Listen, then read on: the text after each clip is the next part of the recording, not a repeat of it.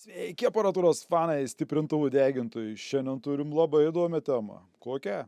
Ogi plačiajuosčius. Tai ilgą laiką stebėjau rinką, ieškojau įdomesnio varianto ir išpuolė. Išpuolė projektas, pagamintos kolonėlės su gan žinomais plačiajuosčiais. Tai šiandien kalbėsim apie Lee Audio kompaniją. Nupirkau kolonėlės su Lee Audio Fast 8 modelio plačiajuosčiais. Tai pakalbėsim apie skambesį, pažiūrėsim, kaip pagaminti šie garsiakalbiai, papasakosiu apie savo naujausius planus ir projektus. Likit su manim, nepamirškit parašyti komentarą, paspausti like, pasidalinti savo mintim, kaip jūs ar esate susidūrę su plačiajuosčiais, patiko, nepatiko. Projektus galit paremti Patreon, PayPal, pridėsiu banko sąskaitą. Na ir važiuojam!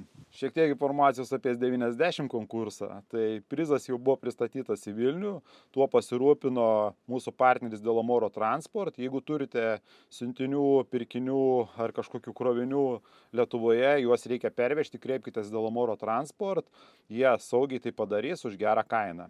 S90 laimėtojas šiek tiek atsiuntė nuotraukų su savo klausoma audio sistema, tai štai jos. Tai toks buvo nukrypimas nuo temos, dabar grįžtume prie video.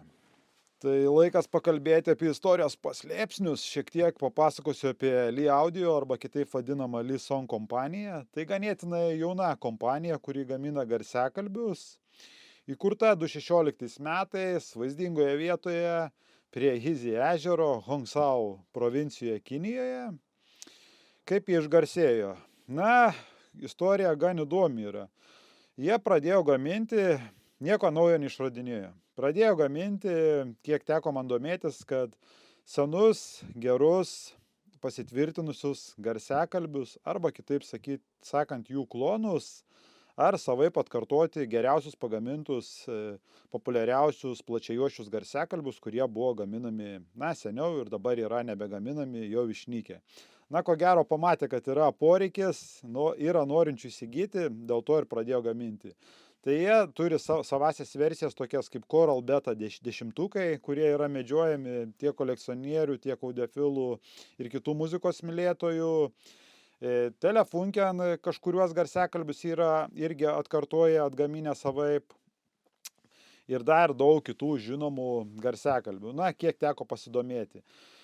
Su šiais garsiakalbiais daug yra labai projektų.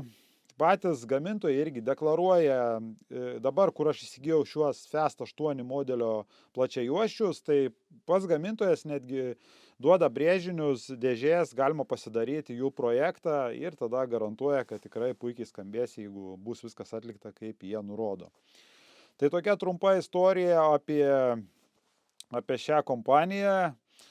Aš apie ją buvau girdėjęs jau seniau, turėjau minčių parsisiųsti iš Kinijos, tiesiai naujus, bet dabar kažkaip stebėjau tą rinką, pamačiau ir pavyko nupirkti, jau padarytas dėžės, nebereikės tiek vargti. Tai dabar išardysim, pažiūrėsim, kas viduj, papasakosiu savo pastebėjimus, gal tada atliksim testuką, aptarsim verta, neverta, duosiu kitų alternatyvų, tai tikrai bus įdomus video. Metas pakalbėti apie šios savaitės mano eksperimentus su šiais plačiajuosčiais, šiom kolonėlėm, tai nieko nedelsiam ir pradedam. Jeigu neminėjau, tai šios kolonėlės garsiakalbiai patys Lee Fast 8 yra 94 decibelų jautrio. Deklaruoja gamintojas tokį jautrumą, iš klausos galiu pasakyti, 94-95 yra mano tas šibos, kur aš klausau, tai tikrai jautrės yra, grinai skamba tam pačiam lygiai. Su visais mano stiprintuvais, kiek bandžiau, tai iš tikrųjų viskas gerai yra, nieko nemeluoja. Dabar apie mano eksperimentus šios savaitės, tai bandžiau visą krūvą aukšto dažnių, tiek kompresinių, tiek įvairių kitokių. Ir geriausiai susigrojo su šiuo Beima aukšto dažnių, paprastų, nekompresinių, modelis T2030. Jautris irgi jo yra 95 decibelai ir šitas kombo skamba geriausiai. Moon 6 žurnale, audio aparatūrų apžvalgų žurnalas, kur yra, buvo vienas projektas, mačiau kolonėlės, kur 4000 kainuoja su Tang Bang plačiajuosčiais, būtent naudotas buvo irgi šis Beima garsiakalbis. Tai ne veltui jį pasirinkau, čia aišku viską primityviai dabar eksperimentuoju, varžas pasižiūrėjau, kad šiek tiek numažinti garso lygį, kondensatorius filtravimui primityviai dabar viskas kol kas buvo daroma. Jeigu galvosiu tuo užsiimti toliau, tęsti šį projektą, tai tikrai padarysiu kažką rimtesnio ir filtrus pačius rimčiau suskaičiuosiu, nusibraižysiu. Tikrai nepaliksim taip, kaip dabar ant durniaus. Pačios dėžės, kaip yra nuotraukos, tai tikrai gan iš plonos plokštės, kas man nelabai patinka padarytos, bet nesijaučia jokių vibracijų, nieko, gal dėl to, kad pats garsiakalbis šitas neturi tiek jėgos ir galios, kad tiek užvibruotų ir atsirastų tie rezonansai. Aš susikalibravau visą savo matavimo įrangą šiandieną. Atlikau matavimus, galėsim dar prasimatuoti, pasilyginti su kitais garsiakalbiais, šiek tiek pakomentuosiu. Įsikėliau kalibravimo failą į kompiuterį, tai dabar matuoja viską. Palyginsim, ką deklaruoja gamintojas, tiek aukštadažnio šio Beimos, tiek Lee Audio plačiajuosčio ir pasižiūrėsim, ar labai skiriasi. Kaip matot, jau atlikau matavimus, tai tik tai aptarsim, kad viskas greičiau vyktų. Išardysim, pasižiūrėsim pačius garsiakalbius, kaip kokybė, nes nebuvau dar išardęs, išėmęs. Testavau visą savaitę šios kolonėlės su įvairiais stiprintuvais. Tai ir Sony, šis TF6B, ir NAT 160 modelis, ir Thule IA 150B. Na, savo lempinį CD grotuvo projektą, kurį darau, irgi naudojau įvairius. Teko bandyti variantus. Labai patiko man, kaip susigroja šie plačiajuosčiai su Lee Stereo 30 plus stiprintuvu. Tai tikrai puikus derinys. Labiausiai ko gero ir patiko. Su lempom kol kas dar nebandžiau, bet manau, kad bus dar proga ir su Transu A klasės pabandyti. Šią savaitę netmetu galimybės, ko gero, apie šį tranzistorinį prototipą nufilmuosiu video, dar parsivešim kitą prototipą, yra sukonstruotas, tai bus atskira tema. Tai tokie buvo mano projektėliai, tokie darbeliai su šiom kolonėlėm, einam, išimsim garsiakalbius, tada aptarsim pačius matavimus. Kolonėlės, kaip matot, išardžiau, tai dabar aptarsim patį šį projektą. Pastebėjimais pasidalinsiu, duosiu patarimų, kad patys nedarytume tokių klaidų, kokias aš čia matau padarytas. Tai dėžės, kaip matot, viduj matosi tikrai išklijuota, viskas padaryta gan tikrai gerai iš tos pusės, kas liečia dampingavimą, bet varžteliai. Žmonės, jeigu sukat garsiakalbius, naudokit normalius varžtelius, nes čia tikrai yra labai blogai. Kitas didelis minusas, ko nematau, tai kai darot projektus, dedat garsiakalbius, visą laiką naudokit tarpinę. Nes kaip matot, tarpinės jokios nėra, tai čia ne kiek eina per čia oras, o eina per šonus. Tai tas sukelia nereikalingus rezonansus ir rezultatas galutinis nesigauna toks geras, kaip galėtų gautis iš tikrųjų. Tokie pastebėjimai pirminiai mano. Dabar pačius garsiakalbius aptarkim, tada po to eisim pažiūrėti matavimus, pakalbėsim apie patį skambesį, patiko, nepatiko man. Manau, bus tikrai labai jums naudinga informacija, nes internete pilna informacijos įvairios yra. Galima susidaryti nuomonę labai teigiamą, bet mano patirtis su šiais garsiakalbiais tikrai nėra antiek ideali ir labai puiki. Tai dabar ant garsiakalbio apverčiau, kaip matot, parašyti 30-60 vatų galios. Na, tai manau, 30 vatų kažkur laiko jie. Groja, kad tik 17 tūkstančių, 8 ohmai aišku. Kitur rašo 95, kitur 94 decibelų jautris. Na, maždaug tiek ir yra, čia tas plius minus 1 decibelas nelabai ką reiškia. Na, garsiakalbis pats tikrai pagamintas gan kokybiškai. Neaišku, da čia tie laidai reikės patikrinti, ar iš tikrųjų yra variniai, ar tik pavariuoti. Kas man labai nepatinka, pati pakaba yra medžiaginė, bet tokia kieta, neatsimenu, kada mačiau tokią kietumo pakabą. Pats garsiakalbis žiauriai kieta pakaba. Neina, vat, net paspausti. Pasakysiu vėliau savo pastebėjimus apie garsą. Dabar tik pažiūrim vizualiai. Na, taip, vizualiai pažiūrėjus tikrai kokybiškai padaryta, nieko nesakau, čia nėra labai kažkas blogai, bet va matosi dažymas, va, skiriasi, matot spalva kažkiek tais. Yra tokių kokybė tikrai nėra kaip vokiečių kokio, kuris gamina garsiakalbius, bet sakykim taip, kad tikrai nėra ir bloga labai. Patys gnybtai irgi reiktų patikrinti, kad čia nebūtų kokie pleniniai ir pavariuoti. Na, manau, vėliau eisiu, atliksiu tokius, apsižiūrėsiu tokius darbelius. Dėžės irgi priekinė dalis, kiek matau, nėra išdampinguota. Manau, irgi reikėtų dampinguoti. Čia irgi, manau, reiktų kažką irgi užklijuoti, dampinguoti. Na, yra tokių nedadarytų dalykėlių. Aš pats asmeniškai šias dėžės tikrai pasiliksiu, bet ar aš klausysiu audio šiuos plačiajuosčius? Manau, kad ne. Nes aš turiu kai ką geriau, kas geriau skamba. Kadangi visą savaitę dariau testus, tai tikrai radau, kas geriau skamba ir ko gero šiuos audio parduosiu. Tai jeigu kas norit, galit rašyti. Manau, sutarsim kainą, tik tai aišku, garsiakalbiai bus be dėžių. Einam dabar pakalbėsim apie pačius matavimus ir tada liks išvados, na ir padarysim trumpą testuką. Eisim pakalbėsim apie matavimus, tai šiandien susikalibravau visą įrangą, parsinčiau kalibravimo mikrofono failą, testavau čia porą valandų, padariau matavimus ir dabar juos aptarsime. Tai dabar, ką matote ekrane kompiuterio, tai čia yra be glotninimo. Violetinė spalva plačiajuosčio dažninės matavimas, mėlyna spalva bėjimo aukštadažnio. Kodėl nutariau naudoti aukštadažnį papildomą? Daug kas klauso be papildomą. Na, klausiau, bandžiau, nepatiko, kažko trūko tame garse. Tada ilgai bandžiau įvairius aukštadažnių variantus, ir kompresinius, ir tekstilinius, ir šilkinius. Ir pasirinkau šią bėjimą. Kodėl pasirinkau šią bėjimą? Ko gero, pamačius grafiką, tuoj padarius glotinimą, aptarsim rezultatus ir patys suprasit. Tai dabar pradėkim gal nuo plačiajuosčio matavimų ir kaip jie skiriasi nuo originalios gamintojo deklaruotos dažninės.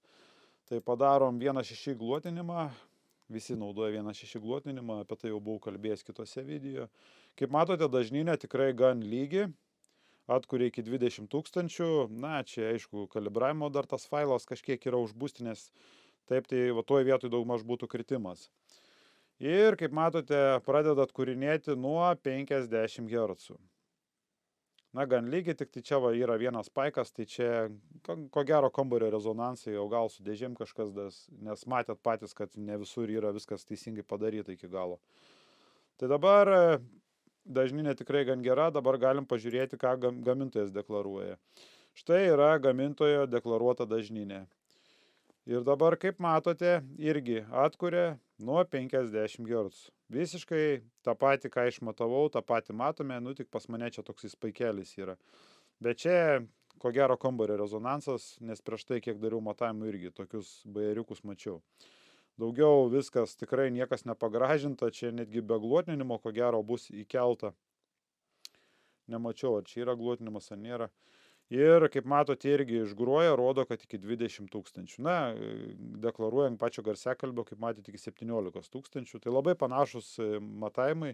Ko nesitikėjau, kad tikrai kiniečių gamintojas, kompanija, tikrai bus realūs parametrai, o ne kažkokie iš oro. Viskas labai panašu, ką aš pats išmatavau. Dabar einam, pažiūrėsim bėjimą. Na, pas mane, kaip matote, tik tai šiek tiek garso lygis žemesnis, nes pats mikrofonas šis, ko gero, riboja, neleidžia pakelti. Kiek bandžiau nusistatyti, visiems žemesnis. Dabar žiūrim bėjimą.